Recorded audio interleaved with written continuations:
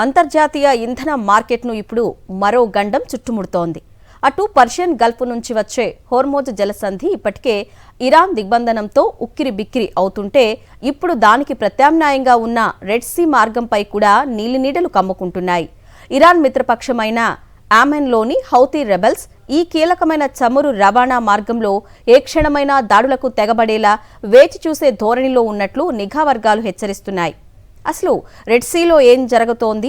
Global oil supply చైన్ను హౌతీలు ఎలా దెబ్బ కొట్టబోతున్నారు? దీనిపై మా ప్రత్యేక కథనం.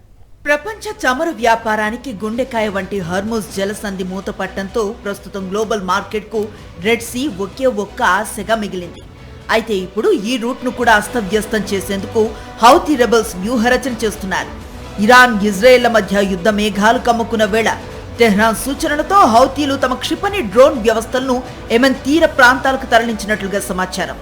ముఖ్యంగా బాబ్ ఎల్ మండేబ్ జలసంధి వద్ద ట్యాంకర్లే లక్ష్యంగా దాడులు జరిగే అవకాశం ఉందని విశ్లేషకులు భావిస్తున్నారు.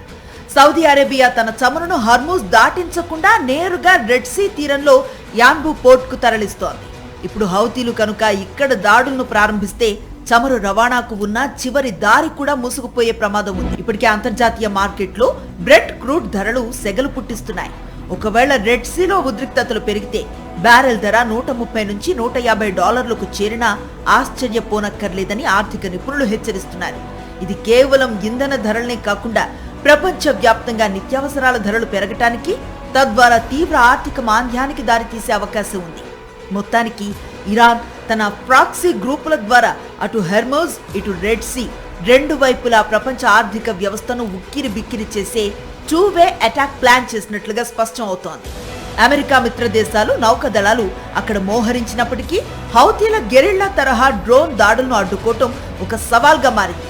మరి ఈ ఉద్రిక్తతలు ఎటు దారి తీస్తాయో వేచి చూడాలి.